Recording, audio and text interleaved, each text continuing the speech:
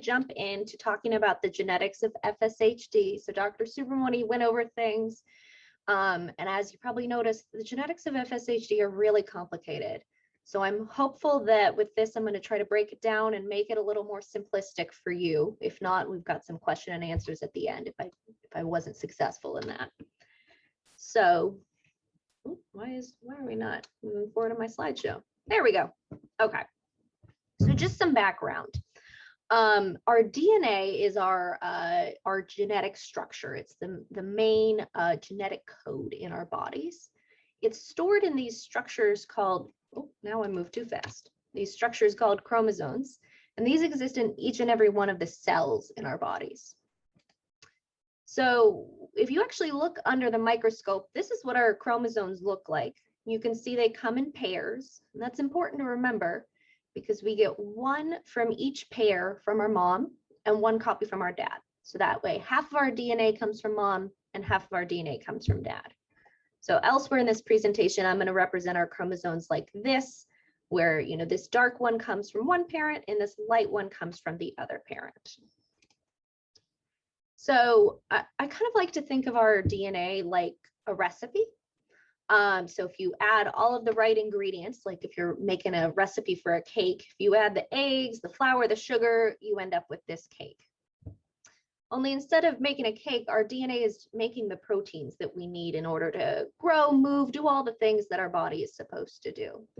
So the ingredients that are important in FSHD, there's a lot of different ones. You'll hear a lot of different words. So we have things like the regulatory units or haplotypes. So some of the things we're going to talk about are those D4Z4. We're going to talk about different genes like the DUX4 gene and the SMCHD1 gene that Dr. Subramani mentioned. So when there's some sort of change in the recipe or a change in our DNA, so like the flour is missing, you're not going to be able to put together the cake that you were trying to make. So same with our DNA, when there's some sort of change, someone can end up with symptoms of a disease like FSHD. And for some reason in genetics, we refer to that change in a lot of different ways, just for the purposes of confusing people, I think. But so you might have heard the word mutation. I like to use the word change. Other people like variant. All of these things mean the same thing. There was something in the recipe went different, and therefore it's resulting in symptoms of a disease. So elsewhere in this presentation, I'm going to represent these DNA changes with this red marker here on one of the chromosomes. So the specific type of changes we're thinking about in FSHD, there's actually multiple different types, and these refer to different subtypes of FSHD. So we have FSHD type 1 and FSHD type 2. And these two different types refer only to the different DNA changes that can cause the disease. There's no difference in the symptoms of people with FSHD1 and FSHD2. Whichever DNA change you have, the end result is that it turns on this gene DUX4. That's not supposed to be active, but if it gets turned on, that can, have kind of a toxic effect on the muscles and end up with having symptoms. So FSHD1, this comprises most cases of FSHD are due to type FSHD1. So for this, we're looking at chromosome pair number 4. So here's our two chromosomes. This is number 4. So the recipe for FSHD1, the things that we're thinking about in these types of genetic change are those D4Z4 units. And then we're also thinking about what we call a haplotype, or this other unit we call 4QA. So in order to have FSHD1, you need to have less than 11 of these D4Z4 repeats. Then you need to have 4QA, and that results in the DUX4 getting turned on. So I got some images here to try to break this down. So let's take this person here. They have 12 copies, so more than 11 copies of the D4Z4, and they have the 4QA. So because they have this, they have more than 11, the DUX4 stays off, so this person will not have FSHD. This person down here has less than 11 copies, but they don't have 4QA. They've got, let's say, 4QB instead. So they still won't have FSHD, right? They don't have the right ingredients together. But this person down here, okay, we've only got 6 copies. We've got less than 11 copies down here. and we've got the 4QA. That's the right combination we're looking for. So this person will end up having FSHD type 1. For type 2, we're actually looking at 2 different chromosomes. We want to know what's going on chromosome 4 and chromosome 18. And so this is a much smaller percentage of cases of FSHD. Only about 5% of people with FSHD, this is the genetic change that results in their symptoms. And the ingredients we're looking at here, we're still worried about that 4QA, but we also are looking at a gene called SMCHD1. So we need a change in this gene plus the 4QA in order to turn on DUX4 and cause symptoms of FSHD. So if we look here, we've got a person with no change in their SMCHD1 gene. They've got 4QA, but because there's no change here, DUX4 will stay off and they won't have symptoms of FSHD.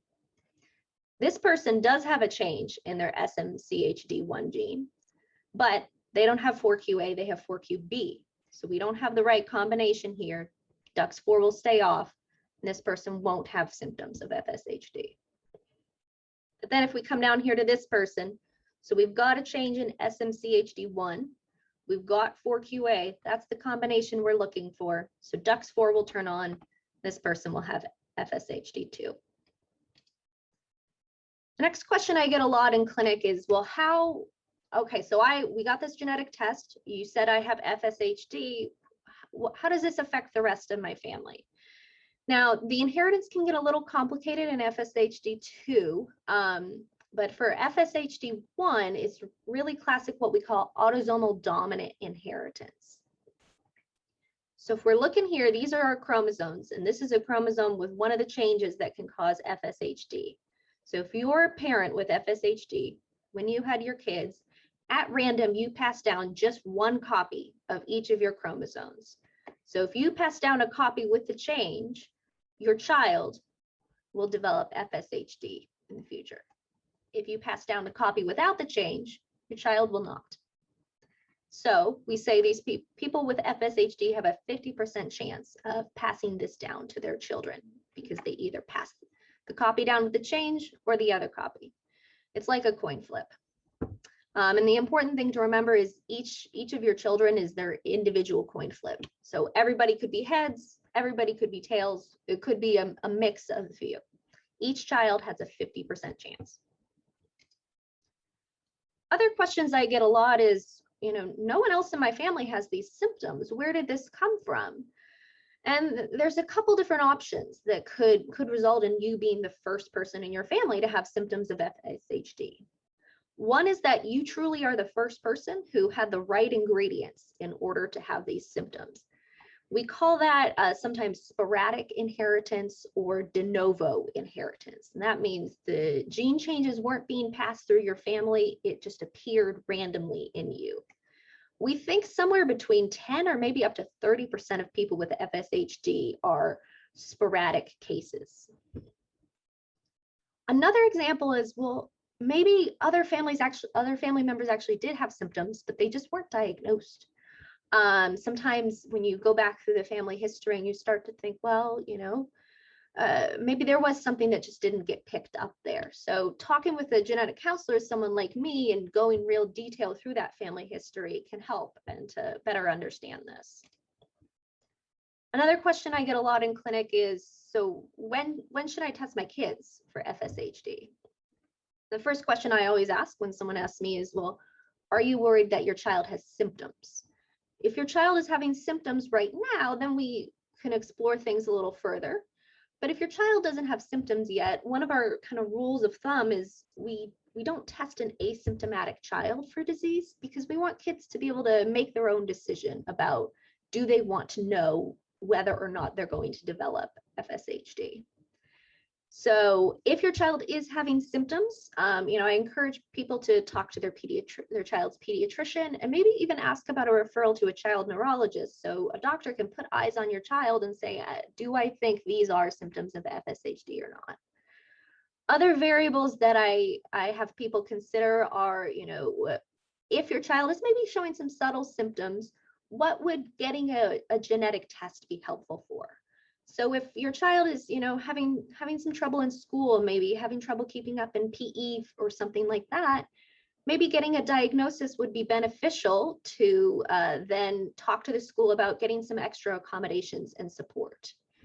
Or maybe your child is asking questions. I can't play like my siblings. Why am I having a hard time keeping up with them? Getting a diagnosis and having a name for that might help you have that conversation with your kid and explain things.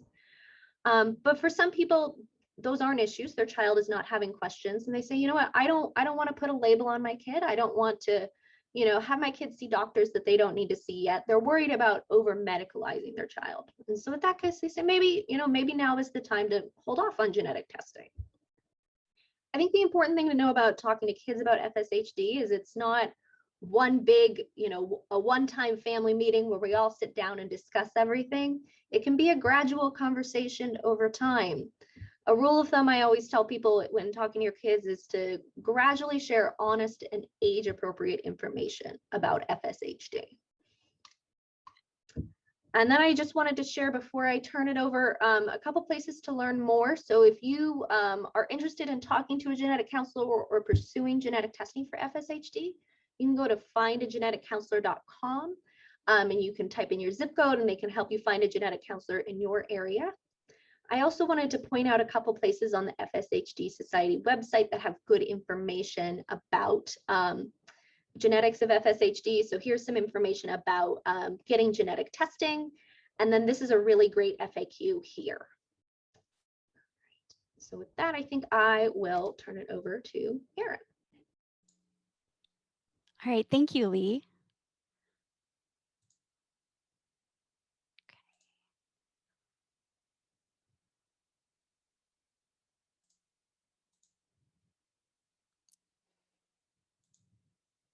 All right, you should be able to see my slides now. Is that right? Yes. Excellent. Okay, so thank you for inviting me to talk today. I'm very excited to go over new approaches to FSHD diagnostic testing. I'm Erin Beaver. I'm a genetic counselor by training, and I also function as a genomic testing consultant with PerkinElmer Genomics. So just to get us started with some of the terminology that you probably have heard in the presentations prior to this point, and terminology that I'll be using in my presentation. Our bodies are made of cells, which are the most basic building block of life. And inside our cells, we have DNA, or the hereditary material that is passed from one generation to the next. Our DNA comprises our genes, which are just simply a set of instructions that tell our body how to grow and how to work. Our chromosomes are packages of genes, and we have hundreds to thousands of genes on each chromosome. The term genetics is really just a collective term that we use to refer to our DNA, our genes, our chromosomes, and even inherited or intrinsic traits. Another word that you may hear at points in time in my conversation today is haplotype. And a haplotype is a pattern of specific variants of genes that tend to be inherited together. In Lee's presentation, she talked about the haplotype A and the haplotype B that happen on chromosome 4 on the Q arm. And we're going to be talking about those in my talk as well. So I think that Lee did an amazing job of going over the inheritance patterns, and the takeaway message from that portion really is that FSHD can have potential implications for an entire family, and that's why it's important to get tested and confirm the diagnosis. FSHD is the third most common form of muscular dystrophy, and as Lee explained in her presentation, there are really two types. FSHD type 1, which accounts for 95% of cases, and FSHD type 2, which accounts for 5% of cases. There's a third group of individuals that have clinically diagnosed FSHD, but do not have identifiable mutations that are consistent with FSHD type 1 or type 2, but that's less than 1% of patients who have a diagnosis of FSHD. All right, so I know we've heard a little bit about the genetics of FSHD to this point, but I think it's worth hearing again because it is important to how we do our testing and the different steps that we take to diagnose patients. So FSHD type 1 and type 2 are really clinically indistinguishable. And really what that means is that These patients will look the same in clinic in their presentation, and the only thing that's going to distinguish them is the genetic mutation that is causing them to have those symptoms. And that's how we have the category of FSHD type 1 and FSHD type 2. Now, phenotypes are starting to maybe emerge from the repeat sizes and things like that, as you've heard today. But for the purposes of my talk, the most important thing is the difference between type 1 and type 2 and how we go about doing our testing. So we've already talked a little bit about this gene called DUX4, DUX4. And this gene, it turns out, is integral, based on research, it's integral to embryologic and fetal development, but it's not supposed to be turned on all the time in our life cycle. And so our cells have different ways of turning off genes that don't need to be functioning all the time and in all the cell types of our body. One of the ways that cells will turn off genes is by methylation. Methylation is where the cell will add methyl groups to the DNA at that section to ensure that that cannot be opened up and made into a protein product. So when we say hypermethylated, that means that the methyl groups are added and turning off that gene appropriately. When we say hypomethylated, that means that we really aren't turning off the gene appropriately, and the methyl groups are not added. Now, for the D4Z4 region, where that DUX4 gene is located on chromosome 4 on the Q arm, there's also a second regulatory method, and that is the gene product from SMCHD1. And so it turns out that that gene product helps to turn off the DUX4 gene and turn off that region of chromosome 4. But if that gene is not functioning appropriately, then it can't do its job of turning off that area of the chromosome. So in FSHD type 1, what is happening is that the SMCHD1 gene is functioning appropriately. It can do its job to help turn off the gene, but because of the repeat sizes in that area, you can't turn off the gene. And so typically individuals can have anywhere from 11 to 150 or so repeats of that letter sequence in the D4Z4 region. Where we start to see a concern for the symptoms to occur are in individuals who have repeat sizes less than 10. And then also, as Lee explained, you have to have the haplotype of haplotype A on chromosome 4 on the Q arm. So if those two things are both present, this gene DUX4 is not going to get turned off appropriately when it needs to be.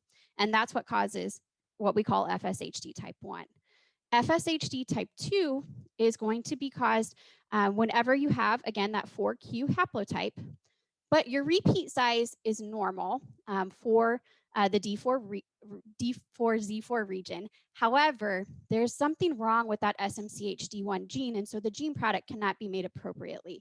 And it could be a spelling change within that gene, but it also could be deletions, duplications, or rearrangements of that gene that are affecting its ability to be made right and to function appropriately. And so again, ultimately resulting in the DUX4 gene being continually activated, which is detrimental, of course, to the muscle cells like we've talked about today. And that is the cause for the FSHD type 2. All right. So accurate diagnosis of FSHD has traditionally been challenging. And since there are overlapping symptoms between FSHD and other genetic conditions which have different implications for inheritance, health management, or outcomes, it's really important to get an accurate diagnosis. So doing testing and making sure that our testing is catching patients who have this diagnosis is important. Traditionally, testing for FSHD has included complicated algorithms, usually starting out by using Southern blot, which is a method that helps you to estimate the size of the repeats in the D4Z4 region. And then that's followed by haplotyping, and then sometimes followed by methylation of that region to see if it really is hypomethylated. And then after that, some patients still need to have the sequencing for the SMCHD1 gene, which before next generation sequencing, or what we call NGS technology, that was done by Sanger sequencing. What is kind of an issue that I see as a former clinical genetic counselor is that multiple step processes or algorithms for testing can be complicated, they can be costly, and they can be time consuming. And so one of the things that PerkinElmer has done is to make that process a little less complicated, which also results in it being not as expensive, a little bit more efficient. So what we do is that we use whole genome sequencing optical mapping. And in this method, what we're taking from a sample are what we call high molecular weight DNA fragments. This is, I mean, I guess a good way to say this is large pieces of DNA. And there's some samples that aren't good for getting large pieces of DNA. And by large pieces of DNA, really what we're getting there is about 150,000 base pairs in size. So these can vary from just simply large to like entire chromosome arms in length. And to give you reference for those that aren't from the genetics lab side world, typical next generation sequencing is using very small pieces of DNA, so maybe about 100 to 200 base pairs. So these are much, much larger pieces of DNA. Sample kinds that are not great for getting this size of DNA fragments are going to be things like your saliva swabs or even older blood samples.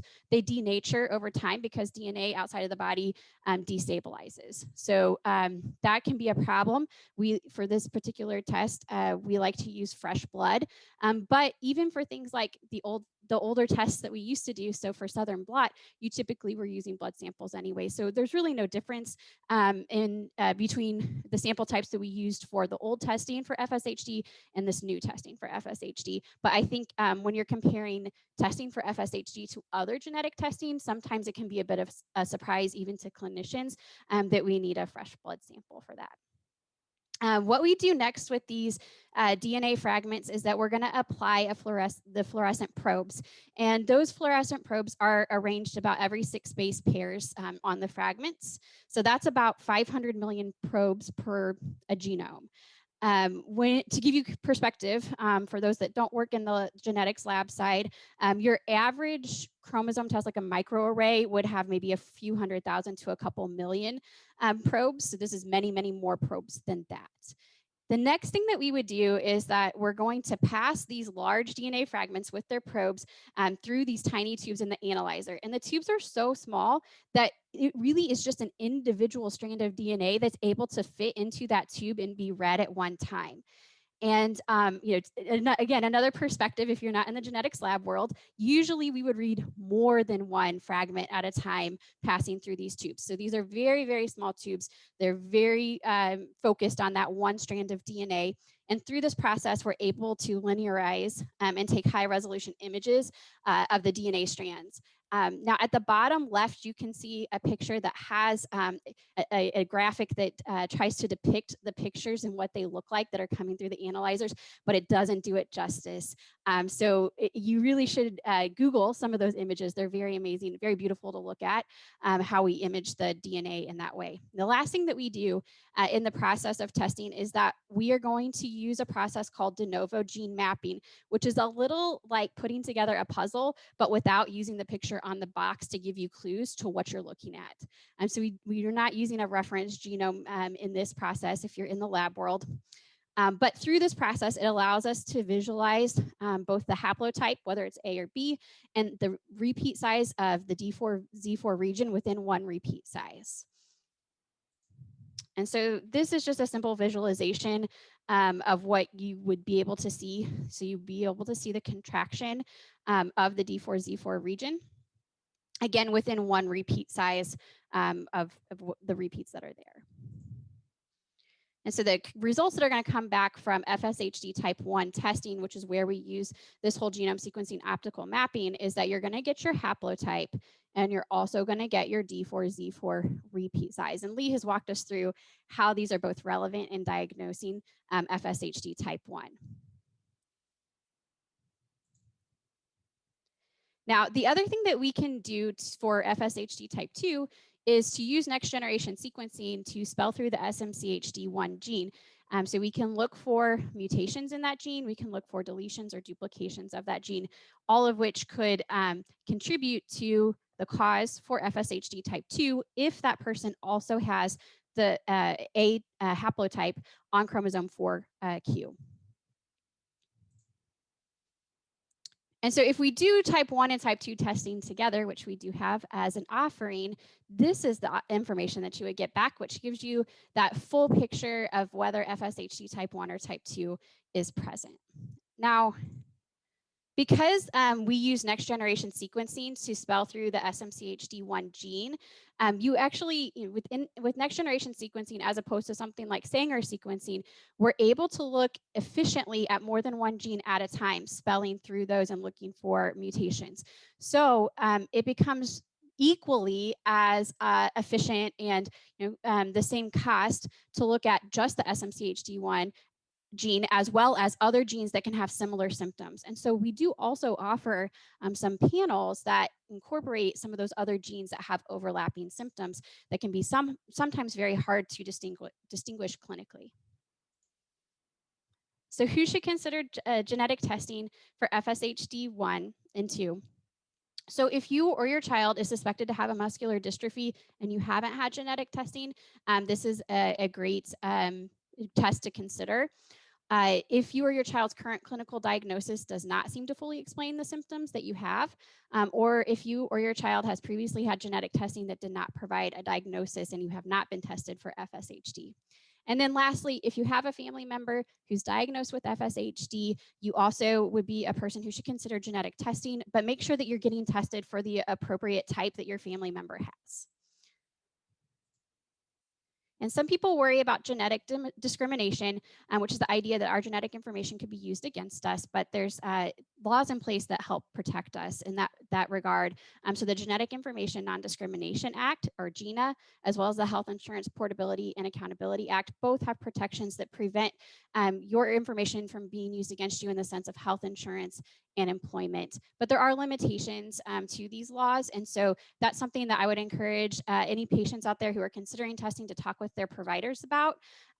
There are sometimes state laws that also help protect, but there are limitations in the sense of life insurance, disability insurance, whether that's long-term or short-term, and some other fringe insurances that are not protected. And how do you get testing? So testing must be ordered by a medical provider. That could be a nurse, a practitioner, a physician assistant, a genetic counselor in some states. So make sure that you have a provider that you're working with that is familiar with these options, and they can help to pick out the right test for you. And if you're working with a non-genetics professional as your provider, you could also still consider consulting a genetic counselor if you want to talk through some of the implications of testing before you move forward with your testing. And so this is just a graphic of how we move through our tests. But again, because this is not a direct-to-consumer test and you need to work with a provider, your report will be sent back to your provider if you seek testing to us, and then your provider will speak to you about your test results.